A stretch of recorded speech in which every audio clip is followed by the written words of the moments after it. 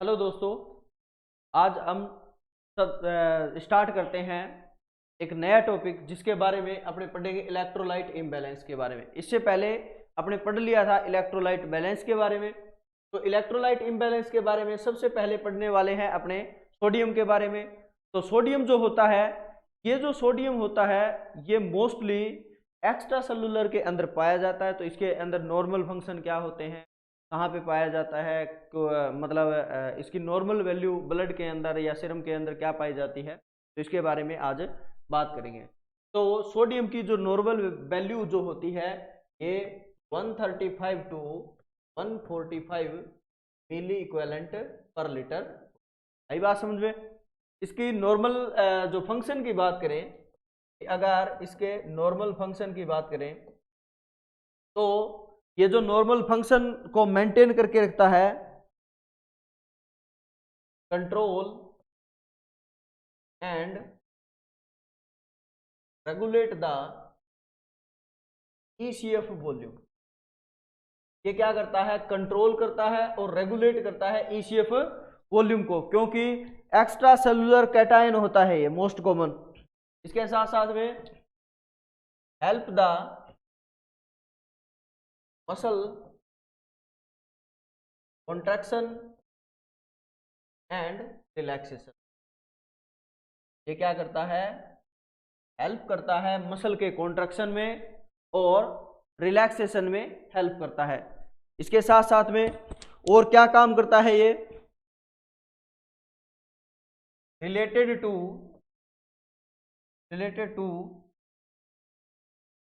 Water gain and, ये क्या होते हैं, सोडियम के नॉर्मल फंक्शन होते हैं कि बॉडी के अंदर वाटर क्या क्या करेगा, गेन करवाने का काम करता है और लॉस करवाने का भी ये मेंटेन करके रखता है। क्यों? क्योंकि जो सोडियम होता है, ये जो सोडियम होता है ये क्या करता है, वाटर लविंग होता है। क्या होता है, वाटर लविंग इलेक्ट्रोलाइट होता है। वाटर को क्या करता है, जोड़ के रखता है। आगे बात समझ में। इसके बाद में अपने बात करते हैं, अगर इसकी वैल्यू है, जो नॉर्मल वैल्यू ब्लड के अंदर होती है, वो अगर ज्यादा हो जाए तो क्या होता है और कम हो जाए तो क्या होता है। तो देखो, अगर इसकी नॉर्मल वैल्यू से less than 135 milliequivalent per litre हो जाए तो इसको कंडीशन को क्या बोलते हैं, हाइपोनेट्रीमिया। क्या बोलेंगे, हाइपोनेट्रीमिया। अगर इसकी नॉर्मल वैल्यू से ज्यादा हो जाए, मतलब मोर than 145 milliequivalent per litre से अगर इसकी वैल्यू है वो इतनी हो जाए, मोर देन, तो इसको बोलते हैं हाइपरनेट्रीमिया। तो आपको ध्यान में रखना है एक तो बात, जो नॉर्मल वैल्यू, आई बात समझ में। और नॉर्मल वैल्यू से कम हो जाए तो उसको बोलते हैं हाइपोनेट्रीमिया। अगर नॉर्मल वैल्यू से ज्यादा हो जाए तो उसको बोलते हैं हाइपरनेट्रीमिया। आगे बात समझ में। तो देखो, सबसे पहले अपने बात करते हैं हाइपोनेट्रीमिया की। हाइपोनेट्रीमिया की बात करें तो इसके अंदर क्या होता है, serum sodium level less than 135 milliequivalent per litre. Serum sodium level क्या हो जाता है, less than 135 milliequivalent per litre से क्या हो जाता है, कम हो जाता है, उसको बोलते हैं हाइपोनेट्रीमिया बोलते हैं। अगली बात समझ में। इसके बाद में इसके कोज के बारे में बात करते हैं कि कोज क्या क्या होंगे। तो कोज की बात करें तो इसके अंदर क्या क्या कोज हो सकते हैं, जैसे increase sodium excretion by the kidney के थ्रू या यूरिन के थ्रू क्या हो जाए, सोडियम का एक्सक्रीशन ज्यादा हो जाए तो उसकी वजह से भी क्या होने के चांस रहते हैं, उसकी वजह से सोडियम कम होने के चांस रहते हैं। इसके बाद में एक्सेसिव डायाफोरोसिस। एक्सेसिव डायफोरोसिस हो गया। एक्सेसिव डायफोरोसिस का मीनिंग हो गया कि उसको क्या हो गया, बहुत ज्यादा क्या हो गई, स्वेटिंग हो गई है। आई बात समझ में। इसके साथ साथ में यूज ऑफ डायरेटिक्स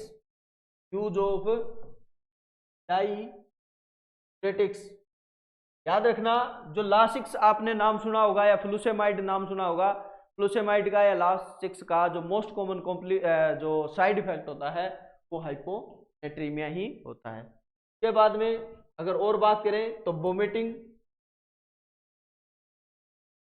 डायरिया, इसकी भी वजह से क्या होने के चांस रहते हैं, हाइपोनेट्रीमिया होने के चांस रहते हैं। इसके साथ साथ में decrease secretions of aldosterone, aldosterone का सिक्रेशंस क्या हो गया है, कम हो गया है, उसकी वजह से भी क्या होने के चांस रहते हैं, हाइपोनेट्रीमिया होने के चांस रहते हैं।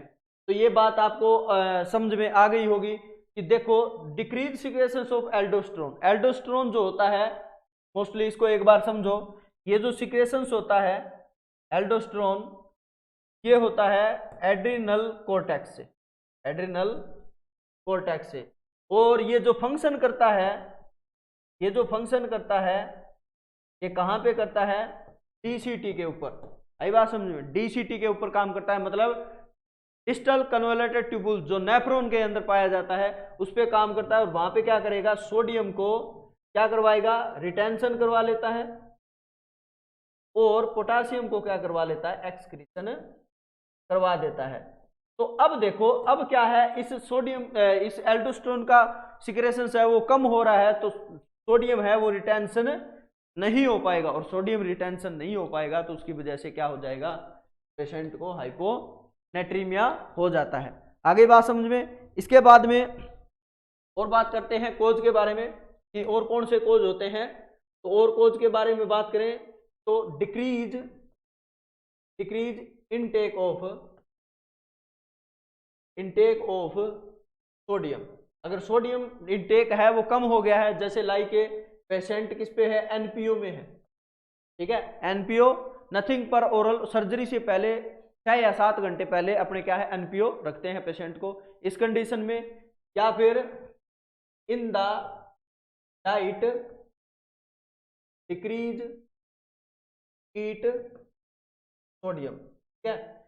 इसमें क्या है, अगर पर्सन क्या है, अगर डिक्रीज सोडियम है वो क्या ले रहा है, कम ले रहा है, ईट क्या कर रहा है, साल्ट कम कर रहा है, ठीक है, इसकी वजह से भी क्या हो सकता है, सोडियम लेवल बॉडी में कम होने के चांस रहते हैं। इसके साथ साथ में हाइपरग्लाइसीमिया, हाइपरग्लाइसीमिया याद रखना, हाइपरग्लाइसीमिया की वजह से भी क्या हो जाएगा, हाइपोनेट्रीमिया हो जाता है।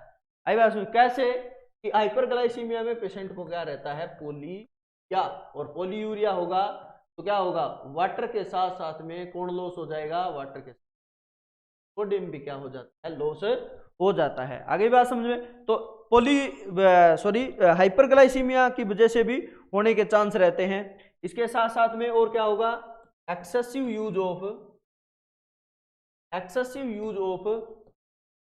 हाइपोटोनिक सॉल्यूशन, अगर कोई पर्सन कोई पेशेंट है और उसमें क्या है, एक्सेसिव यूज कर दिया जाए कौन, हाइपोटोनिक सॉल्यूशन का, तब भी होने के चांस रहते हैं। इसके साथ साथ में SIADH ये भी हो जाए पेशेंट को, तब भी क्या होने के चांस रहते हैं, तब भी हाइपोनेट्रीमिया होने के। कैसे, इसकी फुल फॉर्म की बात करें तो syndrome of in appropriate anti diuretics hormone, की फुल फॉर्म क्या होती है, syndrome of inappropriate anti diuretic hormone होती है। और इसके अंदर क्या होता है, इस कंडीशन के अंदर या फिर इस सिंड्रोम के अंदर क्या होता है, इस सिंड्रोम के अंदर ADH का लेवल क्या हो जाता है, बढ़ जाता है, और ADH बढ़ेगा तो उसकी वजह से क्या होगा, रिटेंशन बॉडी के अंदर मतलब क्या हो जाएगा, ज्यादा हो, किसका, वाटर का। ये जो ADH है ये वाटर को क्या करवाता है, रिटेंशन करवाता है, क्या करवाएगा, वाटर को रिटेंशन, और वाटर को रिटेंशन करवाएगा तो कंपेयर करें वाटर की और बॉडी के अंदर जितना सोडियम है, तो वाटर बढ़ेगा तो सोडियम बिल्कुल क्या हो जाएगा, कम हो जाता है। और इस वजह से अगर बॉडी के अंदर वाटर का लेवल बढ़े और उसकी वजह से सोडियम की जो सोल्यूट मतलब होती है वो क्या हो जाए, कम हो जाए, तो उसको बोलते हैं डाइल्यूजनल हाइपोनेट्रीमिया। क्या बोलेंगे? डाइल्यूजनल हाइपोनेट्रीमिया। क्या होता है? डाइल्यूजनल हाइपोनेट्रीमिया, डाइल्यूट हो जाता है सोडियम। आगे बात समझ में। इसके बाद में अपने बात करते हैं इसके साइन सिम्टम के बारे में कि साइन सिम्टम क्या होते हैं। साइन सिम्टम क्या क्या आएंगे अगर पेशेंट को क्या हो जाए, हाइपोनेट्रीमिया हो जाए। तो साइन सिम्टम की बात करें तो टेकिकार्डिया, क्या होगा पेशेंट को? टेकिकार्डिया हो जाएगा। और क्या होगा? हाइपोटेंशन, क्या हो जाएगा? हाइपोटेंशन हो जाएगा। शैलो रेस्पिरेशन, क्या हो जाएगा? शैलो रेस्पिरेशन हो जाएगा। शैलो रेस्पिरेशन की बात करें तो इस शैलो रेस्पिरेशन के अंदर less than 500 ml tidal volume क्या हो जाती है इसमें? Less than 500। नॉर्मल 500 ml होती है और लेस देन 500 ml हो जाएगी। मसल्स क्रैम्प क्या आएंगे? मसल्स क्रैम्प्स आएंगे। आई बात समझ में? अगर आगे बात करें मसल्स क्रैम्प आएंगे और क्या आएगा? कंफ्यूजन होगा। क्या होगा? पेशेंट कंफ्यूजन होगा। और क्या होगा? नोजिया वोमिटिंग होगी। नोजिया एंड वोमिटिंग भी होगी। जितनी ज्यादा वोमिटिंग होगी उतनी ज्यादा क्या होगा? सोडियम बाहर चला जाएगा और उसकी वजह से क्या होगा? पेशेंट को और ज्यादा वोमिटिंग होती है। ठीक है। इसके साथ साथ में increase urine output, urine output भी क्या हो जाएगा? बढ़ जाता है। ठीक है, आई बात समझ में? इसके साथ साथ में और क्या होगा? अगर किसी पेशेंट को क्या हो रहा है? हाइपोनेट्रीमिया हो रहा है।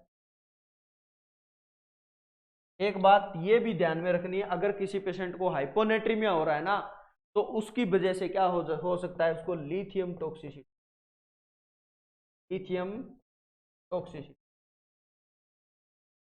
तो लिथियम टॉक्सिसिटी होने के चांस इसीलिए रहते हैं। एक तो आपको पता होना चाहिए कि लिथियम ड्रग ऑफ चॉइस किसकी होती है। लिथियम जो ड्रग ऑफ चॉइस रहती है ये मैनिया की रहती है। मैनिया की क्या रहती है? ड्रग ऑफ चॉइस रहती है। ऐसा पेशेंट जिसके मैनिया और लिथियम थेरेपी चल रही है उसको क्या है? इलेक्ट्रोलाइट इम्बैलेंस नहीं होने देता है, मतलब हाइपोनेट्रीमिया नहीं होने देना है। क्यों? क्योंकि लिथियम की रिसेप्टर साइट और सोडियम की रिसेप्टर साइट क्या होती है? सेम होती है। सेल पे जाके दोनों ही क्या हो जाते हैं? कनेक्ट हो जाएंगे। अगर पेशेंट को ये हाइपोनेट्रीमिया हो जाए तो वो क्या है? सेल पे जाके कनेक्ट नहीं होंगे और ये लिथियम जाके पूरा क्या है? सेल के ऊपर जाके क्या हो? कनेक्ट हो जाए। उसकी वजह से पेशेंट क्या हो जाए? लिथियम की टॉक्सिसिटी हो जाती है। ये मोस्टली आपको क्या रखने हैं? साइन सिम्टम ध्यान में रखने हैं। इसके बाद में अपने बात करते हैं इसकी मैनेजमेंट के बारे में कि मैनेजमेंट कैसे करें।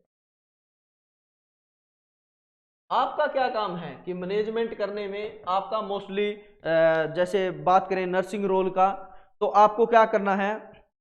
Monitor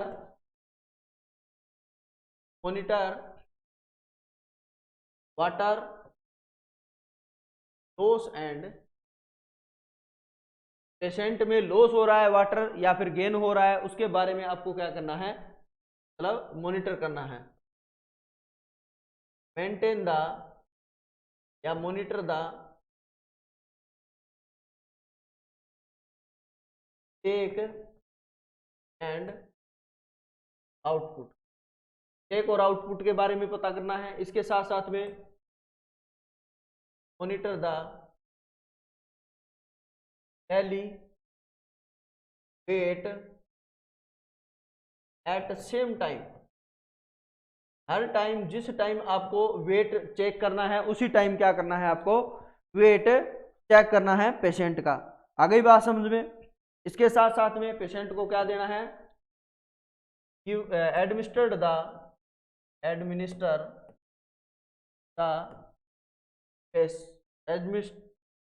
administer to patient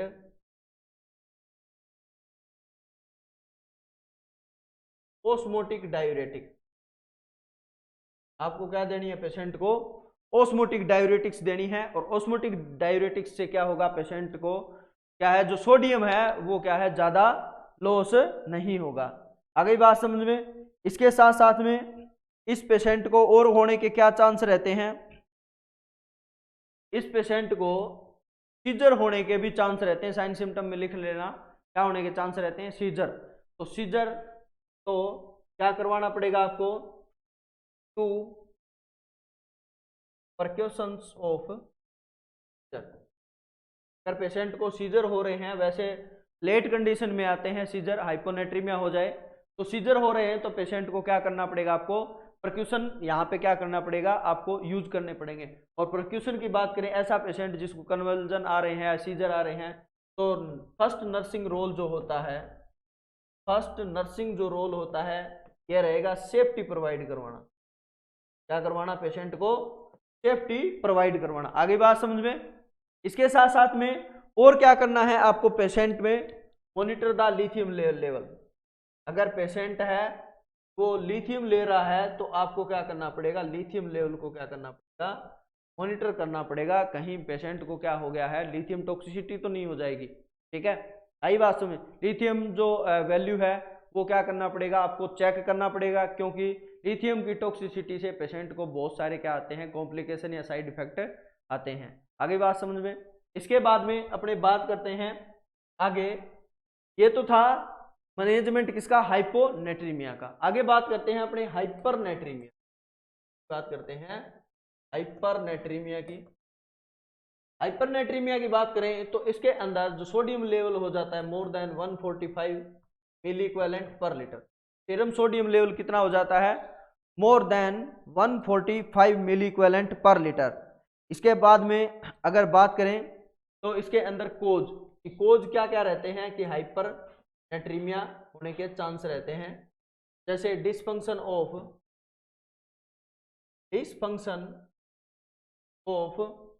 fluid deprivation.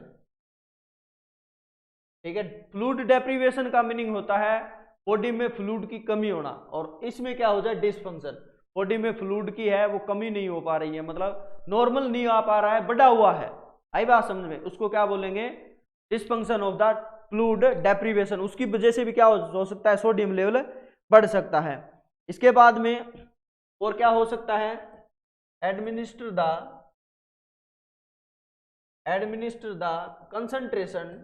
Concentrated saline. अगर किसी पेशेंट को कंसंट्रेटेड सलाइन है वो बहुत ज्यादा एडमिनिस्टर कर दिया है, जैसे लाइक NS 3%, NS 5%, ये क्या आते हैं, कंसंट्रेटेड सलाइन होते हैं। अगर ये एडमिनिस्टर्ड कर दिया है पेशेंट को, तब भी क्या होने के चांस रहते हैं, हाइपरनेट्रीमिया होने के चांस रहते हैं। इसके बाद में अगर इनटेक ओरल सोडियम, अगर कोई पर्सन को क्या करवा दे, इनटेक सोडियम लेवल है, सोडियम है वो बहुत ज्यादा क्या रहा है, इनटेक कर रहा है, ठीक है, उसकी वजह से भी होने के चांस रहते हैं। इसके साथ में IV इन्फ्यूजन, अगर कोई पर्सन है वो IV इन्फ्यूजन भी ले रहा है तो भी क्या हो सकता है, पेशेंट को हाइपरनेट्रीमिया होने के चांस रहते हैं। इसके साथ साथ में अगर बॉडी से अकेला फ्लूइड लॉस हो जाए, जैसे फ्लूइड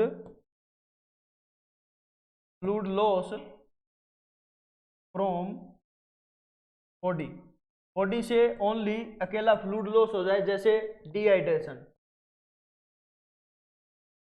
डिहाइड्रेशन हो, के साथ साथ में एक्सेसिव डायफोरेसिस हो।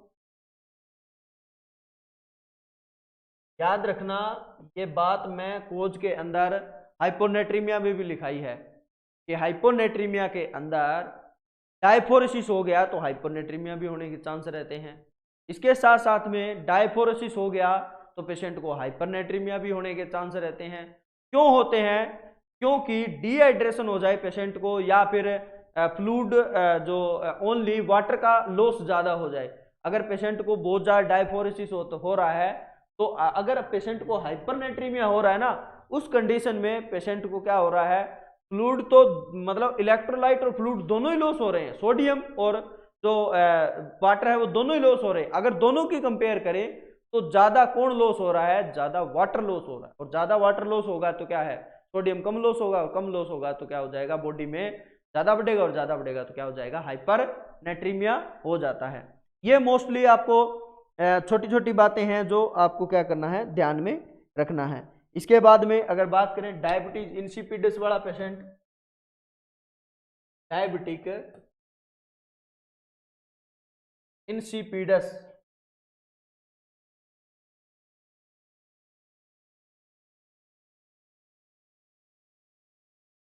इंसिपिडस, डायबिटीज इंसिपिडस में क्या होगा, एडीएच का लेवल क्या हो जाता है, डिक्रीज।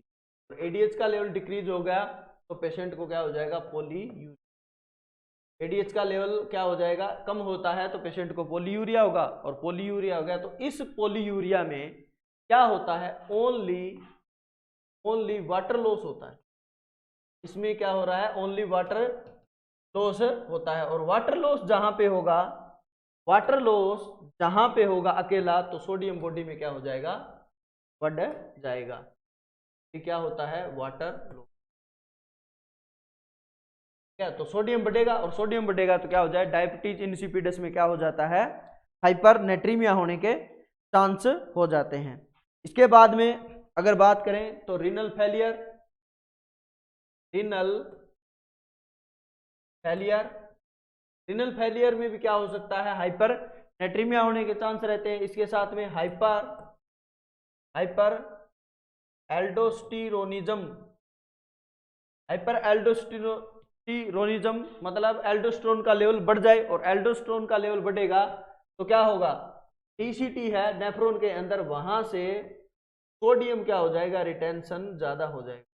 सही बात समझे, और सोडियम रिटेंशन ज्यादा होगा तो पेशेंट को क्या है, बॉडी के अंदर सोडियम का लेवल बढ़ना स्टार्ट हो जाएगा, और इसको क्या बोलते हैं, हाइपर नेट्रीमिया बोलते हैं। आगे बात समझो, ये थे कोज के बारे में कि मोस्ट को मतलब कोज क्या क्या होते हैं। के बाद में बात करते हैं हाइपरनेट्रीमिया के साइन सिम्टम की, साइन सिम्टम की, कि पेशेंट को कैसे कैसे क्या आएंगे। तो पेशेंट को साइन सिम्टम की बात करें तो इसके अंदर क्या होगा, पेशेंट को extreme thrust, extreme thrust, patient को क्या लगेगी, ज्यादा प्यास लगेगी। ड्राई स्किन क्या हो जाएगी, ड्राई स्किन हो जाएगी, पेशेंट डिहाइड्रेशन में चला जाएगा। आई बात समझ में। और क्या हो जाएगा, ड्राई म्यूकस मेम्ब्रेन, म्यूकस, और माउथ की म्यूकस मेम्ब्रेन अगर ड्राई हो जाए, मोस्टली किसकी हो जाए, माउथ की म्यूकस मेम्ब्रेन अगर ड्राई हो जाए तो इसको बोलते हैं जीरोस्टोमिया। क्या बोलेंगे, ड्राई माउथ को क्या बोलते हैं, जीरोस्टोमिया बोलते हैं। आई बात समझ में। तो ये होने के चांस रहते हैं। आई बात समझ में। एक आपको एग्जांपल देता हूं एक्सट्रीम थ्रस्ट के ऊपर। जब भी अपने बस वगैरह में या फिर ट्रेन वगैरह में सफर करते हैं तो उस टाइम क्या करते हैं अपने, जैसे ये कुरकुरे वगैरह होते हैं या चिप्स वगैरह है, बहुत ज़्यादा खा लेते हैं, और बहुत ज़्यादा उसमें क्या होता है, उसमें सबसे ज़्यादा सोडियम क्लोराइड होता है, मतलब साल्ट होता है, नमक होता है। तो अब क्या करेंगे, अपने को क्या लगेगी, ज़्यादा प्यास लगती है। आई बात समझो, क्यों, क्योंकि इस बॉडी के अंदर हाइपरनेट्रीमिया मतलब सोडियम का लेवल ज़्यादा हो गया, और वो क्या कर देगा, ओस्मोलरिटी को बढ़ा देता है, और वो ओस्मोलरिटी क्या करेगी, थ्रस्ट सेंटर को क्या कर देती है, इंक्रीज कर देती है। इसीलिए पेशेंट को क्या लगती है, प्यास ज़्यादा लगती है। इसके साथ साथ में पेशेंट किस में चला जाएगा, डिसओरिएंटेशन, क्या हो जाएगा, डिसओरिएंटेशन हो जाएगा। पेशेंट को हाल्यूसिनेशन होने के चांस हो जाते हैं, हाल्यूसिनेशन, और डिलीरियम, क्या हो जाएगा पेशेंट को, डिलीरियम। आ रही बात समझ में, डिलीरियम हो जाएगा।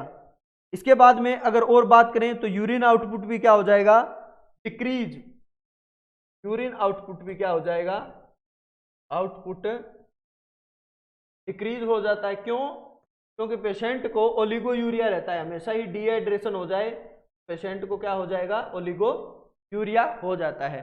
ओलिगोयूरिया की बात करें तो इसमें यूरिन जो आउटपुट होता है, तो यूरिन आउटपुट होता है वो हो जाएगा लेस देन 400 ml पर 24 आवर,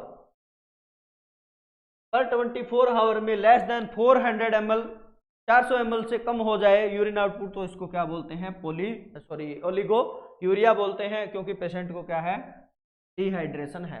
आई बात समझ में।